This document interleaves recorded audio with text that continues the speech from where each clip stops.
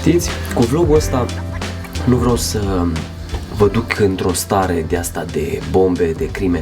Cu siguranță, cei mai mulți dintre voi v-ați alimentat zilele astea numai cu așa ceva. Și ba chiar aș vrea să mut atenția pe restaurare, pe pace, pe liniște și pe speranță. Și știți ce? Cel mai probabil perioada asta, pentru că n-am învățat din experiența manipulării COVID, vom fi manipulați din nou și toată atenția se va muta pe război și în spate se vor întâmpla lucruri pe care nici nu ne puteam imagina că se vor întâmpla.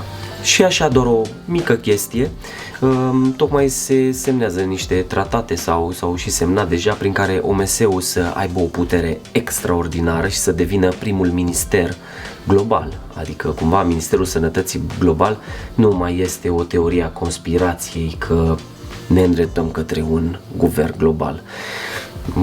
Dacă oamenii care ziceau lucrul ăsta erau considerați cu capul acum vreo câțiva ani, acum ajungem să trăim chestia pe pielea noastră, așa că aveți grijă, dragilor, cu ce vă hrăniți și cât de tare vreți să vă otrăviți cu ceea ce e la televizor. Și nu vreau să spun că oamenii nu suferă, văd ucrainenii pe care eu i-am la mine în casă și alții pe care i-am întâlnit că trăiesc cu adevărat o dramă. Dar s-ar prea putea ca ceea ce se întâmplă să fie așa o nouă schemă.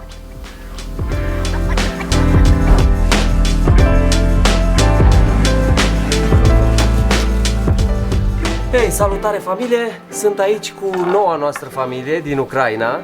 Ia uitați, și pentru că s-au acomodat super bine, s-au gândit să ne facă un borș ucrainean. Astăzi mâncăm mâncare ucraineană.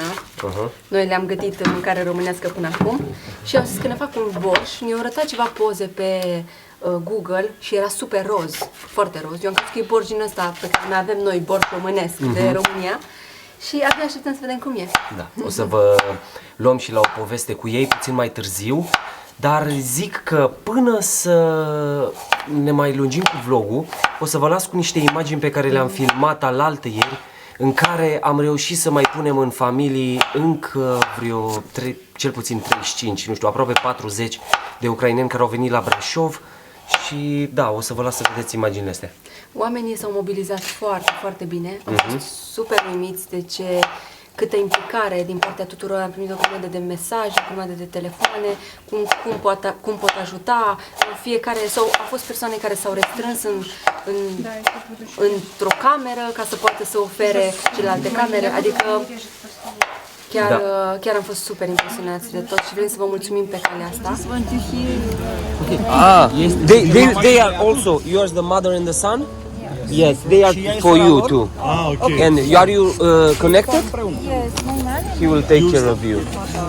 Da, o familie, doi adulți, doi copii și mama și fiul. O familie împreună. Cu ei 6 suntem în regulă, da? Okay. 6 zici, da? And who is missing? Who's missing from the group? Da, deci pe lângă ăștia 30 au mai apărut dintr-o dată încă 9. Vorbit unii cu alții și imediat, de uite, acum este 2 noaptea și imediat putem să cazăm 9 persoane. Asta e fain, oamenii au răspuns foarte, foarte fain. De prin toată țara, să știți. Ziliviu, te-ai mobilizat și tu, mă? Bă, nu-i cam cheia. Nu e mobilizăm, frate, pentru ucrainienii noștri, sunt frații noștri. Păi, cum normal. Da. Ziceam că, ce păr am, băi, Liviu. Vezi cum arată? Eu am făcut baie înainte să ajung aici. S-a dus și brozul, s-a dus tot.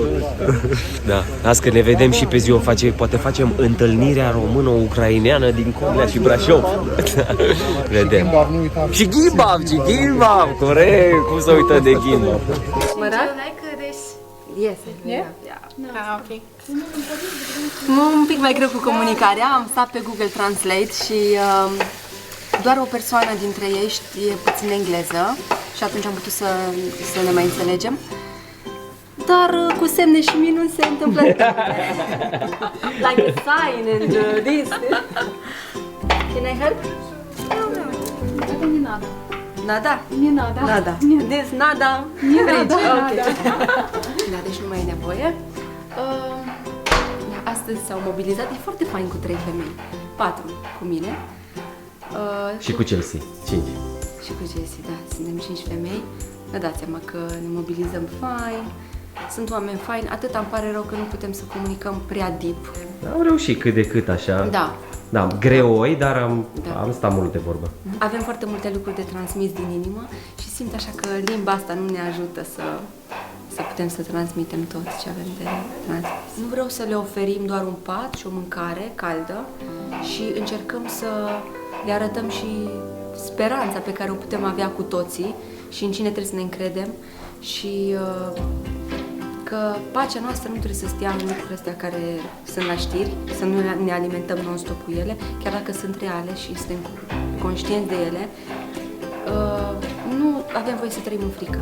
Asta e clar. Că frica dacă ne copleșește, atunci în primul rând nu rezolvăm nimic și în al doilea rând frica nu e de la Dumnezeu. Deci știți care e treaba?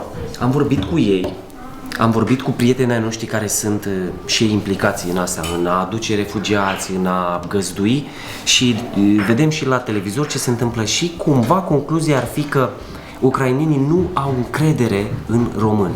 Chiar dacă noi îi primim cu brațele deschise, ei pe partea cealaltă habar n-au de ce se întâmplă în România. Și așa că ne-a venit nouă idee ca să contactăm ceva ucrainieni, vloggeri ucrainieni, prin care să transmitem mesajul ăsta de ospitalitate, să cultivăm cumva încrederea în societatea românească. Dincolo de graniță la Ucraina nu se știe nimic despre chestia asta. Nu se anunță nimic la știri, nu e nimic și atunci noi ne gândim cum să putem să, nu știu, să promovăm, știi, ospitalitatea noastră ca români acolo printre ei. Da, dacă aveți voi vreo idee, să-mi scrieți pe Instagram, că acum sunt cu ochiul pe Insta, pe mesaje, pe astea, pe toate mesajele, ca să nu ratez ceva, știi, important. Și da, acum făceam o listă împreună cu Tania de influencer cărora să le scriu și să facem publică povestea noastră la ei în țară, printre influenceri. Neîncrederea este cumva legitimă pentru că ucrainenii vin aici pe teritoriul străin, oamenii nu le știu limba, ei sunt în stare de șoc și așa mai departe. Cei mai mulți dintre ei vin cu bani la ei, cu aur, cu diamante, cu cine știe, cu toată averea lor care se putea lua într-un bagaj. Și atunci se gândesc să nu fie jefuiți, în același timp și gazdele care sunt interesați să primească ucraineni, la fel sunt și ei, știi? Se gândesc, bă, cine știe ce oameni îmi vin în casă, eu mâine trebuie să merg la lucru, ăștia rămân acasă, pleacă cu lucrurile, știi? E așa o neîncredere și încercăm să cultivăm această încredere. Bineînțeles că nu toată lumea este de încredere, dar per general societatea românească mă uimește, m-a șocat. Cel puțin oamenii din bisericile evanghelice, da, pe care noi îi cunoaștem, s-au mobilizat maxim de tot. E șocant cum s-au mobilizat și câți oameni mi-au scris că sunt gata să ajute cu bani, cu servicii. A venit un prieten, niște prieteni de-ai mei, au venit și mi-au adus 15 litri de suc, că ei cu aia se ocupă, Sebi cu Naomi. Mi-au adus cartofi, vecina mea m-a sunat, face că vin și eu cu o tavă de plăcintă, mai ai ucrainenii la tine. Am un prieten care are un service de auto și acum a mers să-i reparăm mașina lui Mișa și electromotorul, i s-a stricat și se duce prin Brașov. Și ăstea, altul a mers cu platforma pe la Buzău. Cine este Mișa? Este bărbatul care este la noi, capul familiei, să zicem așa. În fine, e o mobilizare foarte faină și astea sunt chestii pe care eu le am în jurul meu aici.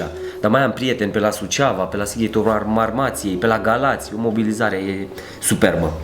Și da, ce trebuie să facem noi este să transmitem și mesajul ăsta de ospitalitate dincolo de graniță. Chiar vorbisem, apropo, cu Sergiu Podoleanu, cu Jasmina Show, da? Vorbisem, era în drum spre graniță la Ucraina, acolo să ajute oamenii și zicea că asta e, că mulți habar n-au de știri și de nimic, că nu mai au baterii la telefoane, au plecat și stau în vamă și abia așteaptă să treacă, ei nu știu ce se întâmplă.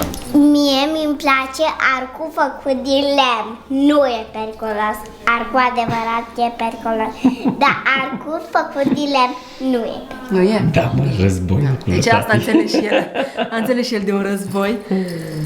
Oh, Doamne, să ne păzească Dumnezeu și pe noi să nu fim în situația lor.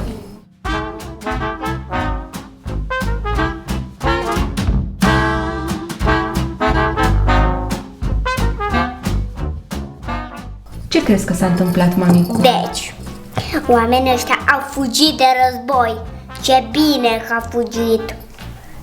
Nu e așa, ce bine. Da, mami. De ce e ce bine că am fugire de război? Păi au plecat să... Să nu Au plecat să nu... îi omoară. Să nu se întâmple ceva, mami. Cu copii, cu familii, cu părinți. Noi ne bucurăm să putem să îi avem în casa noastră, să putem să-i primim, să putem să le dăm de mâncare. Ce-ai făcut Ne pentru ducem ei? în Ucraina când se termină război și o să văd așa casele alea stricate. Da, sperăm să nu fie foarte multe case stricate și să se oprească războiul. Eu vreau să fiu în armată, să am o pușcă din aia adevărată de armată. Și ce să faci? Să mă duc în armată, să câteodată să mai dau într-un copac. Tu dai în copaci, dar să știi că nu-i voie să omori oameni. Păi nu, că eu nu omor oameni, eu dau doar în copaci sau în piatră. Vrei să te joci cu pușca? Pușca e foarte periculoasă, mami. Mai bine te joci cu o praștie. De ce? Pentru că pușca e foarte periculoasă. Cum te-ai gândit să-i ajuți pe oamenii din Ucraina? Să-i dai de mâncare, că s-a stricat frigiderul, Mi s-a stricat frigiderul, da. mâncarea s-a ars, din cauza că a dat bombă în frigider. Răsuța mea, hai în brațele meu. Hai, spune și tu ceva, Willow. Spune și tu ceva, Willow. Spune și tu ceva, Willow. Hai, spune. Păi spune-i tu, povestește ce se întâmplă. Deci, acolo e război, a început război acolo, da? N-aveți voie niciodată să vă duceți în război, mama, te rog să nu te duci. Nici tata, nici eu, nici Melissa, nici ca nimeni n-ar voie să se ducă în război. Da, ne vrem pace, nu război. Ce e la pace? Pace înseamnă să se leagă bine toți oamenii. Să se iubească toți oamenii. Ce zici? Ești de acord? Ce bine să scuți. Dacă vede Melissa ce-i faci lui Willow. Mai să nu te muște, mami. Nu, uite acolo ce e. Merg acum să le arăt și să le spăl hainele. După aia să le arăt cum pot să folosească mașina de spălat, de uscat. Am început să ne obișnuim cu ei în casă. E foarte fain, ne bucurăm să-i cunoaștem, sunt oameni minunați. Sperăm să treacă repede peste toată situația asta.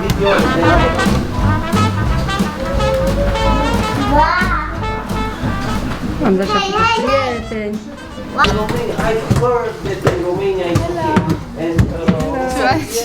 Bine ai venit! Mulțumesc! Așteptam.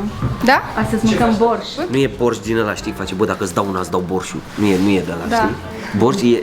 A, uite, mă, că de acolo vine. Îți dau borșul. Adică e de... Eu știi nu că știu. E nu știi? foarte roșu. E borșul, foarte e roșu. foarte roz.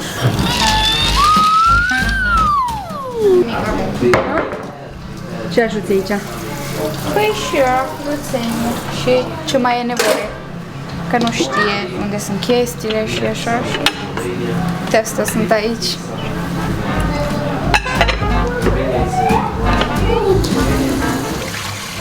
Vreți să vedeți cum mai arată ciorba noastră? Ia uitați aici. Wow!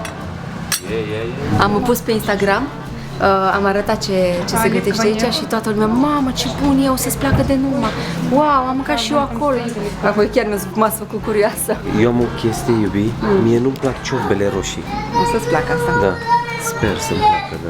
Trebuie să fii super adaptabil.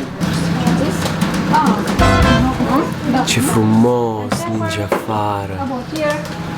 Da, mă imaginați oamenii care sunt în vamă și care stau cu mașinile pornite și nu mai prea au motorină și vor să intre în România sau în Polonia sau în Moldova și nu pot? Nasol. Atât am așteptat zăpada asta că planificam o tabără de schi la noi acasă cu câțiva prieteni, dar acum se pare că va trebui să o amânăm, că avem neprevăzutul ăsta. Și am așteptat zăpada asta că, na, la Brașov, fain, zăpadă, să ne dăm, să... Așa. Eu vreau să mă dau cu schiurile. And this is O să merg afumată. să Cum te zic dau. afumată? Că e boia afumată. Afumată? Boia Cum spuneți afumată. afumată în engleză? Smoked. Mama, boia. Smoked. Smoked. It's Da. Boia. Smoked boia. Da. fire, Boia. no? Огонь острый. Ia cum să înțeleg ele. Zi să pună pe limbă. Da, mă, Da. de fapt, să guste. Da, mă, asta e cel mai bine, să guste și gata. Da. This is Super. This. Știi cum, când își aduc aminte de cei acasă, când mai intră pe telefon să vadă una alta știri și așa, din nou parcă zici că i-a lovit depresia și sunt așa, dar noi încercăm să le creăm un timp fain și să-i facem să privească cumva spre viitor, să fie mai relaxați, știi, puțin. Da. Și știi, încercăm să le fim un suport și spiritual, și sufletesc, și trupesc, pe toate părțile. Mama, e super frig afară. Servus, iubita. Servus. Ai ajuns. Cum a fost? Foarte frig. Foarte frig. Imaginează-ți cum stau oamenii ăia la coadă în Ucraina. Au stat 70 de ore. 70 de ore au stat afară fără mâncare, într-o coadă de cât era? 40 de kilometri. 40 de kilometri coadă de oameni. Imaginezi? Cât de mulțumitor trebuie să fim și să încercăm să ajutăm cât putem. Nici nu ne dăm seama. Noi ne trezim în fiecare zi așa, calmi, într-o țară calmă, pot să zic, majoritatea dintre noi, care n-am nicio problemă și stăm aici bine, ne trezim fericiți, fără nicio grijă. Da, personal. Ce se întâmplă aici? O resuscitam.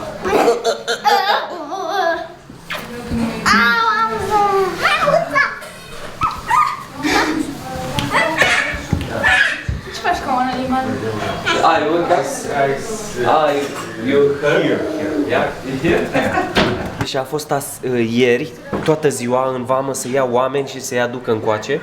Și a fost foarte obosit și a țipit puțin de el, a auzit că eu am zis că pot să-l trezesc în 20 minute, că mașina lui e gata. Mă gândesc să vă iau și pe voi să mergem până la service la Beț, că i-au reparat mașina. Yesterday you've been at the border in Galați, in Tulcea, to take other refugees, but what's happening there? Ukrainian worry about came to Romania, but they didn't know about people, know about everything what's happened here. They don't know. They don't know. People who want to help, Yes. we need to stay and wait to helping. Yes. Some guys, yes, and we wait 5 hours to some help, and it's such a lot people who want help. A stat vreo 5 ore ieri acolo la graniță și sunt foarte mulți români care vor să ajute, dar ucrainienii nu știu despre tot ce se întâmplă aici, de dincolo de vamă. Когда мы приехали к границе, мы ждали в большую очередь из желающих помочь украинцам. То есть так много было румынских граждан, которые желали помочь, что пришлось стоять час в очереди, чтобы выгрузить еду и предложить свою помощь. Când am ajuns la graniță într-un șir lung de oameni dispuși să-i ajute pe ucrainieni, adică erau atât de mulți cetățeni români care voiau să ajute, încât a trebuit să stăm o oră la coadă pentru a descărca mâncarea și a oferi ajutorul nostru. Deci așa ne înțelegem noi, știi, cu Google Translate, iar cu fetele, ele mai știu ceva engleză și na, e mai ușor. Bun, ideea este că, știi, și noi ne gândim, noi vrem să transmitem mesajul ăsta că ei sunt primiți, dar cumva, vedeți voi, dacă bărbații nu ar rămâne acolo, cine ar mai apăra țara? Da, armata ucraineană, e clar, este top peste cea rusească, instruiți în Afganistan față de copiii care vin din Rusia și sunt mințiți că sunt la exerciții și de fapt ei sunt la război. Știi? E așa, cumva e la mijloc. Dacă vin încoace e bine, dacă rămân acolo este și mai bine, că și apără țara. Nu există voluntari la granițele din partea ucraineană sau este foarte greu să părăsești orașele acum. Da, deci asta e. Deci tot ajutorul care se oferă este de partea asta. Și ei au nevoie pe partea cealaltă. В медиа сейчас начинают просвещать по чуть-чуть, что в Европе поддерживают украинцев, что принимают беженцев, что все просто, но люди все равно чуть-чуть боятся. Первое, они боятся двигаться по территории Украины, что немаловажно. И второе, они, конечно, не знают, да, куда едут. Mass media acum încep să aduce puțin că în Europa îi susțin pe ucrainieni, că acceptă refugiați, că doar ei, vezi, oricum le este puțin frică pe primul, le este frică să treacă prin teritoriul Ucrainei ca să fie important și al doilea, desigur, nu știu încotro merg. Da, deci oamenii nu știu unde să meargă și ce să facă. Stai că mă sună de la service. Da, Ovi. Da, Ovi. Bine, hai că vin acum. Bine, hai. Bine, bye bye. So he said that we should go, the car is ready.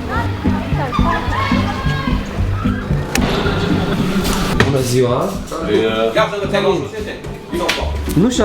Nu și-a luat șosete, tot fără șosete a venit. Nu mi-a luat,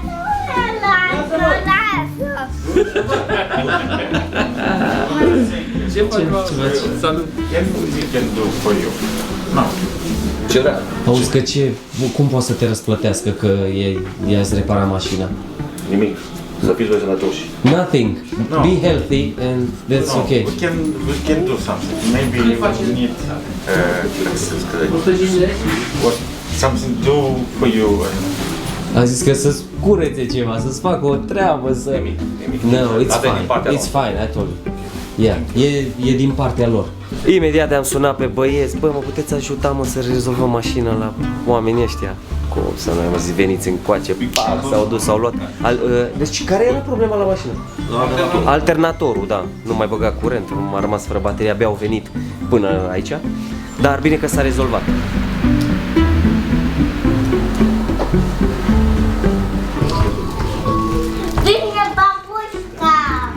Vine babușca! Babușca, ce faci, bunica? Da, babușca, a venit babușca. Da. Bunica, astăzi mâncăm ciorbă borș ucrainian. Ai auzit? Borș ucrainian. Da, am auzit. Ai mâncat vreodată?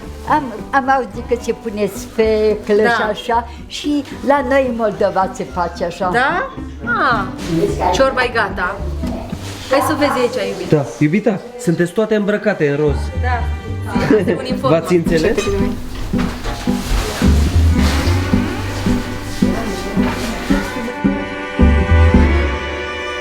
feel so The international. name is Borș. Yeah. Ok, we will pray. Doamne, îți mulțumim pentru această mâncare, pentru că să o binecuvintezi, mulțumim pentru toți oamenii care sunt aici la masă, pentru cu restaurare, pace în noi. Luăm de la tine această mâncare și o binecuvântăm în numele Lui Iisus. Amin. Părerea mea, it's so good. It's very good. Yeah? Chiar e bun. E bună? Are gustat ciorba lui de, cum se zice, aia de conopidă. Da? Da, e așa. Dar e mai intensă. Mai intensă. Aha. Foarte bună. Și americanii acolo, cum e? Yes. Americanos. What do you say? Te gusta? Amazing. It's really good. După cum vă ziceam mai devreme, eu nu prea sunt cu ciorbele roșii. Deci ciorbele roșii nu mă prind. Dar, să vedem acum.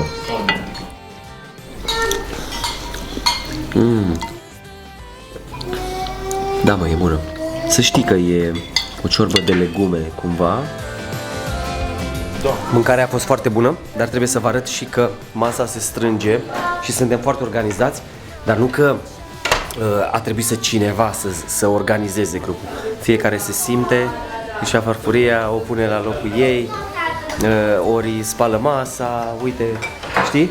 Fiecare face câte ceva și asta e fain pentru noi, nu e greu deloc, să avem casa plină și de fapt este chiar o plăcere să ai musafiri. Fain. Musafirii sunt 3 zile.